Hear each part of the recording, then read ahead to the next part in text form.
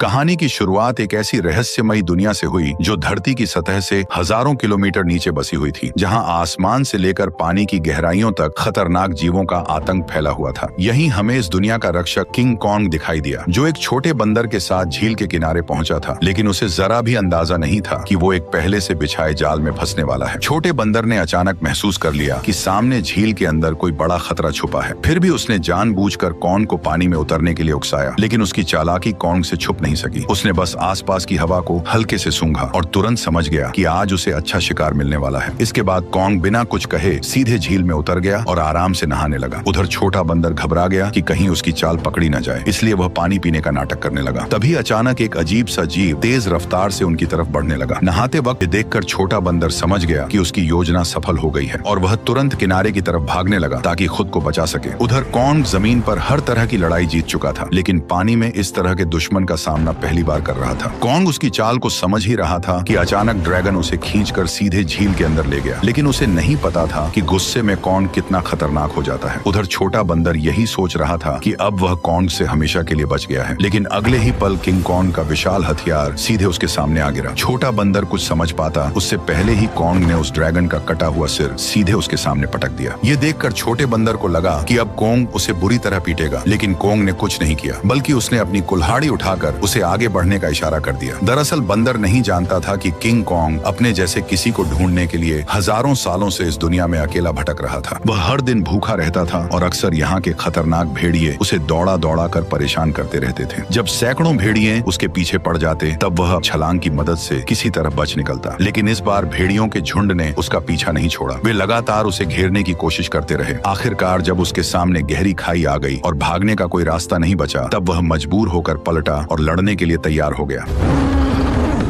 भेड़िए सोच रहे थे कि इस बार शिकार आसान होगा, लेकिन उन्हें अंदाजा नहीं था कि किंग कॉन्ग पहले से ही जाल बिछाकर बैठा था। जैसे ही एक भेड़िए ने छलांग लगाई, तभी अचानक कॉन्ग का जाल एक्टिव हो गया और भेड़िया तुरंत ट्रैप में फंस गया। गड्ढे में गिरते ही लकड़ी के नुकीले भाले भेड़िए के आर पार निकल गए। सही मौका देखते ही कॉन्ग ने तुरंत पेड़ का भारी तना उठाकर गड्ढे में फेंक दिया। जैसे ही जाल एक एक करके एक्टिव हुए, पहाड़ से बड़े बड़े पत्थर लुढ़कते हुए नीचे गिरने लगे और भागने की कोशिश कर रहे भेड़िए वहीं फंस गए। लेकिन धुआं छटते ही कुछ जिंदा बचे भेड़िए फिर भी शिकार छोड़ने को तैयार नहीं थे। गुस्से में किंग कॉन्ग ने एक भेड़िए की लाश पकड़ी और अपनी ताकत दिखाते हुए उसे जोर से फाड़कर 2 टुकड़ों में बांट दिया। ये देखकर बाकी बचे भेड़िए डर के मारे पूंछ दबाकर वहां से भाग गए। हालांकि शिकार मिलने के बाद भी किंग से आती उस दहाड़ को सुनकर उसे लगा कि शायद उसका कोई अपना उसे बुला रहा है, इसलिए वह तुरंत उस दिशा में दौड़ पड़ा। लेकिन वहां पहुंचकर उसे सिर्फ एक अजीब सा मेंढक मिला जो उसी के जैसी आवाज निकाल रहा था। सालों तक भटकने के बाद भी वह अकेला था और यही खालीपन उसे भीतर से तोड़ रहा था। आखिरकार दांत की तकलीफ ने उसे इंसानों से मदद मांगने पर मजबूर कर दिया। वह ना चाहते हुए भी इंसानी दुनिया में दाखिल हो गया। वहां पहुंचते ही किंग कॉन्ग पहाड़ी पर गिर पड़ा और मदद का इंतजार करने लगा। तभी किस्मत से वैज्ञानिकों की नजर उस पर पड़ गई, लेकिन घबराहट में इंसानों ने सुरक्षा के लिए उसे भारी मात्रा में एनेस्थीसिया दे दिया, जिससे वह वहीं बेहोश हो गया। इसके बाद उन्होंने शहर के सबसे मशहूर डेंटिस्ट को बुलाया। डेंटिस्ट ने बिना एक पल गवाए उस सड़े हुए दांत को उखाड़ने के लिए मजबूत स्टील के तार को कसकर बांध दिया। इतने में ही कॉन्ग ने मुंह से सड़ी हुई बदबू छोड़ दी। सारी तैयारी पूरी होने के बाद जैसे ही स्पेसक्राफ्ट ने अचानक ऊपर उड़ान भरी, तभी एक झटके के साथ किंग कॉन्ग का विशाल दांत बाहर निकल आया। जब किंग कॉन्ग होश में आया तो उसने देखा कि उसका पुराना दांत अब एक मजबूत टाइटेनियम के दांत में बदल दिया गया है। इस नए दांत के साथ उसके अंदर जबरदस्त ताकत आ गई, जिससे उसे लगा कि अब वह किसी को भी हरा सकता है। लेकिन तभी लैब में अचानक किंग कॉन्ग की दुनिया से एक इमरजेंसी सिग्नल आया, जिसने सबको चौंका दिया। इस सिग्नल की सच्चाई जानने के लिए वैज्ञानिकों ने तुरंत एक रेस्क्यू टीम तैयार की और मिशन शुरू किया। उन्होंने किंग कॉन्ग के साथ उस पोर्टल में छलांग लगा दी जो सीधे कॉन्ग की दुनिया में जाता था। जैसे ही वे आगे बढ़े, उनका स्पेसक्राफ्ट तेज रफ्तार से नीचे की ओर खींचने लगा और कुछ ही पलों में वे उस रहस्यमयी दुनिया में दाखिल हो गए। घर पहुंचते ही कॉन्ग ने देखा कि उसका खाना चोरी हो चुका है। उसने तुरंत अपनी कुल्हाड़ी उठाई और सीधे चट्टान के ऊपर पहुंच गया। वहां उसने देखा कि गहरी दरार के अंदर से हल्की नीली रोशनी निकल रही थी, जिसने उसका ध्यान खींच लिया। सच जानने घुप अंधेरे में पहुंचते ही उसकी कुल्हाड़ी अपने आप चमकने लगी। रोशनी पड़ते ही उसे दिखा कि चारों तरफ अजीब चमकदार पत्थर फैले हुए हैं जो इस रोशनी पर रिएक्ट कर रहे थे। तभी अचानक दूर से भयानक दहाड़ की आवाज गूंज उठी। वह उस आवाज का पीछा करते हुए झरने के पार पहुंचा, जहां उसे एक नई छिपी हुई दुनिया दिखाई दी। धीरे धीरे आगे बढ़ते हुए उसे अजीब सी बदबू महसूस हुई जो उसे अपनी ओर खींच रही थी। अचानक उसके सामने एक बेहद खतरनाक और विशाल साया उभर आया, जिसे देखते ही किंग कॉन्ग ने तुरंत अपनी कुल्हाड़ी उठाकर मुकाबले के लिए खुद को तैयार कर लिया। जैसे जैसे दोनों के बीच दूरी कम होती गई, वह विशाल साया धीरे धीरे छोटा होता गया और जब सामने आया तो सच्चाई कुछ और ही निकली। असल में वह कोई राक्षस नहीं बल्कि एक छोटा सा मासूम पीले बालों वाला बंदर था, जिसे देखकर वह खुद भी चौंक गया। हजारों सालों में पहली बार अपने जैसे किसी को देखकर किंग कॉन्ग तुरंत झुक गया और अपना हथियार नीचे रख दिया। इसके बाद उसने बंदर से दोस्ती करने के लिए अपना हाथ आगे बढ़ाया। उसे लगा था कि छोटा बंदर भी उसी की तरह अपने जैसे किसी को देखकर खुश होगा, लेकिन अचानक उसने किंग कॉन्ग को जोर से काट लिया।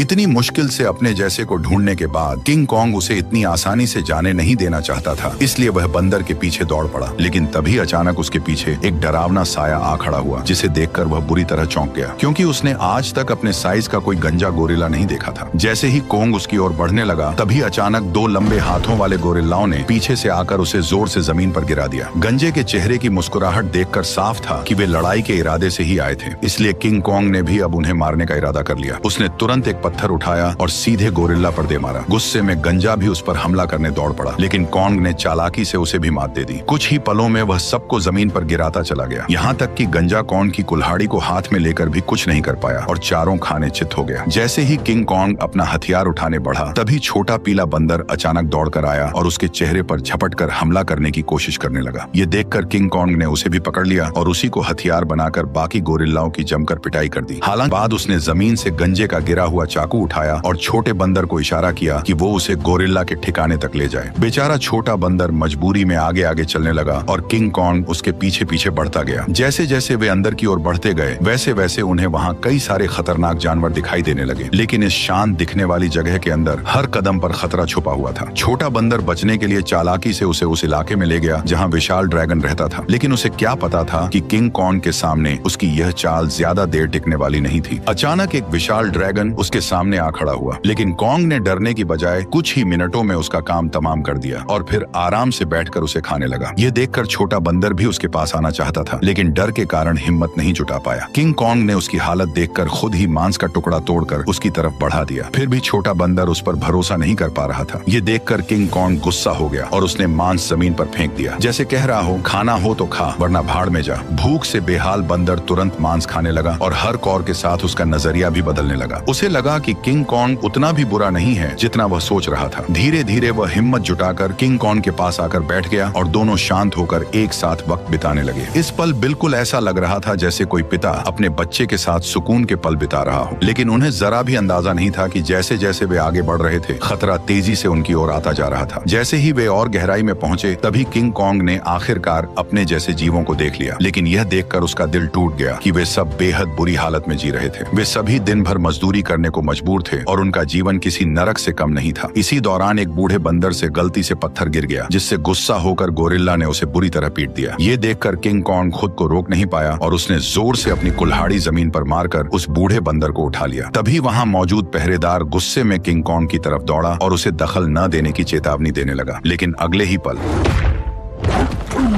किंग कॉन्ग की हिम्मत ने बाकी बंदरों में उम्मीद जगा दी, लेकिन उसी वक्त भागा हुआ गंजा ये सब देख रहा था। उसने तुरंत जाकर यहाँ के राजा स्कार किंग को सब कुछ बता दिया। गोरिल्ला की बातें सुनते ही स्कार किंग का गुस्सा फूट पड़ा। जैसे ही वो अपने सिंहासन से उठा, रास्ते में आने वाले सभी बंदर उसके सामने झुकते चले गए, लेकिन किंग कॉन्ग बिना डरे वहीं खड़ा रहा। स्कार किंग ने ध्यान से उसे देखा और कॉन्ग के मुंह में लगे स्टील के दांत को देखकर वो हंस पड़ा, लेकिन अगले ही पल उसने अपना गुस्सा निकालने के लिए एक बंदर को लात मारकर धधकते लावा में फेंक दिया। ये देखकर किंग कॉन्ग का गुस्सा अपने चरम पर पहुंच गया। अपनी ताकत दिखाने के लिए स्कार किंग ने अपने कंधे से हथियार निकाला और किंग कॉन्ग को सबक सिखाने के लिए खुद को तैयार कर लिया। किंग कॉन्ग ने भी तुरंत अपनी कुल्हाड़ी उठा ली और दोनों के बीच भयंकर लड़ाई शुरू हो गई। लंबे हथियार का फायदा उठाते हुए उसने अचानक हमला कर दिया और किंग कॉन्ग एक पल के लिए भी संभल नहीं पाया। स्कार किंग ने हथियार पर लगे क्रिस्टल की मदद से कॉन्ग पर कई सारे वार कर दिए। गुस्से में आकर कॉन्ग उस पर टूट पड़ा। ताकत के मामले में वह किंग कॉन्ग के सामने टिक नहीं सकता था, इसलिए वो कॉन्ग से दूरी बनाकर लगातार वार करने लगा और किंग कॉन्ग धीरे धीरे पीछे हटने पर मजबूर हो गया। इसी बीच किंग कॉन्ग की कुल्हाड़ी भी उसके हाथ से छूटकर जमीन पर गिर गई। मौका पाकर उसने अपने हथियार से किंग कॉन्ग का गला जकड़ लिया और उसे काबू में करने की कोशिश करने लगा। स्कार किंग को लगा कि अब उसने लड़ाई जीत ली है, लेकिन किंग कॉन्ग ने पूरी ताकत लगाकर उसे उठाया और जोर से जमीन पर पटक दिया।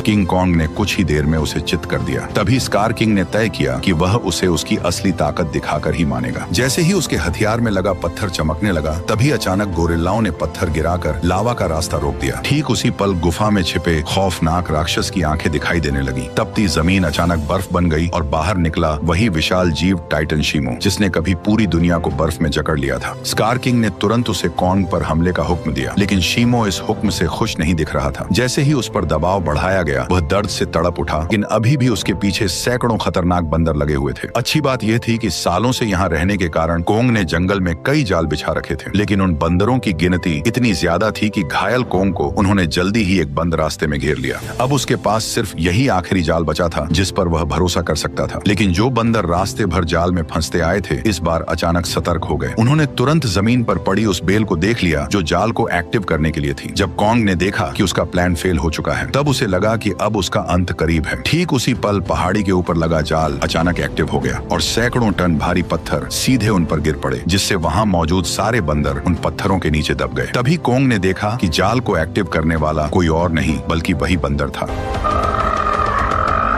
अब कोंग बुरी तरह घायल था और लड़ने की हालत में नहीं था, इसलिए वह छोटे बंदर के सहारे इंसानों के पास लौटने लगा। लेकिन उसे अंदाजा नहीं था कि अभी भी एक बंदर जिंदा बच गया है। उधर कोंग के साथ आए वैज्ञानिकों ने देखा कि उनका बेस पूरी तरह तबाह हो चुका है। तभी उनकी नजर चट्टान के ऊपर बने एक विशाल हाथ के निशान पर पड़ी, जिससे उन्होंने अंदाजा लगाया कि इस दुनिया में कोंग जैसे और भी विशाल जीव मौजूद हैं। जल्द ही वे जंगल की गहराई में पहुंच गए, जहां उन्हें एक छुपा हुआ यंत्र दिखाई दिया। जैसे ही लड़की ने उसे दबाया, उसी पल कई जगहों से पानी बहकर नीचे आने लगा। वह पानी मिलकर एक तेज धारा बन गई और जंगल के अंदर की ओर बहने लगी। वैज्ञानिक उसका पीछा करते करते ये देखकर उन्होंने तुरंत दीवार के अंदर एक छेद कर दिया और तभी उनके सामने एक ऐसा नजारा आया जिसे देखकर उनकी आंखें खुली की खुली रह गईं। दीवार के पीछे एक ऐसी सुंदर और रहस्यमयी दुनिया मौजूद थी जिसे आज तक न किसी ने देखा था और न ही उसके बारे में सुना था। जैसे ही वैज्ञानिकों ने इस दुनिया में कदम रखा, तभी अचानक उन्हें उस दुनिया के जनजातीय लोगों ने घेर लिया। ये लोग इंसानों जैसे दिखते थे, लेकिन उनकी वेशभूषा किसी नॉर्मल इंसान से बिल्कुल अलग थी। वे लोग वैज्ञानिकों को नुकसान पहुंचाए बिना सीधे अपने कबीले के पास ले गए। वहां पहुंचकर उन्हें पता चला कि यह लोग हजारों सालों से धरती के नीचे रह रहे हैं और उस पोर्टल की रक्षा कर रहे हैं जो ऊपर की दुनिया से सीधे जुड़ा हुआ है। स्कार किंग सालों से इसी जगह की खोज में लगा था ताकि वो इस पोर्टल की मदद से इंसानी दुनिया पर कब्जा कर सके। ठीक उसी समय इंसानों की गंध को सूंघते हुए किंग कॉन्ग वैज्ञानिकों तक पहुंच गया, लेकिन अदृश्य दीवार की वजह से वो भीतर की दुनिया को देख नहीं सका। इसलिए कबीले के लोगों ने उस जादुई दीवार में एक दरार बना दी, जिससे कोंग आसानी से अंदर घुस गया और सीधे इंसानों के बीच पहुंच गया। लेकिन उन्हें नहीं पता था कि यह सब पीछा कर रहे बंदर ने देख लिया था। जैसे ही किंग कॉन्ग इंसानों के सामने पहुंचा, तभी वह कमजोर पड़ गया और सीधे जमीन पर गिर पड़ा। वैज्ञानिकों ने देखा कि कॉन्ग का हाथ बुरी तरह घायल है और अब वो कुछ भी करने की हालत में नहीं है। ये देखकर डॉक्टर ने तुरंत फैसला किया कि कोंग के हाथ को पूरी तरह बदलना पड़ेगा। उसे तुरंत मैकेनिक आर्म का आइडिया आया। यह वही सुपर मैकेनिकल आर्म था जिसे इंसानों ने पहले कोंग को और ताकतवर बनाने के लिए डिजाइन किया था। अच्छी बात यह थी कि यह गैजेट अभी भी तबाह हो चुके बेस के नीचे बने अंडरग्राउंड मैकेनिकल स्टोर में सुरक्षित रखा हुआ था। जल्द ही डॉक्टर उसे वहां से निकाल लाया और उसे सीधे कोंग के शरीर के ऊपर लाकर छोड़ दिया और तभी वह मशीन खुद ब खुद कोंग के जख्मी हिस्से को पहचान कर जुड़ने लगी।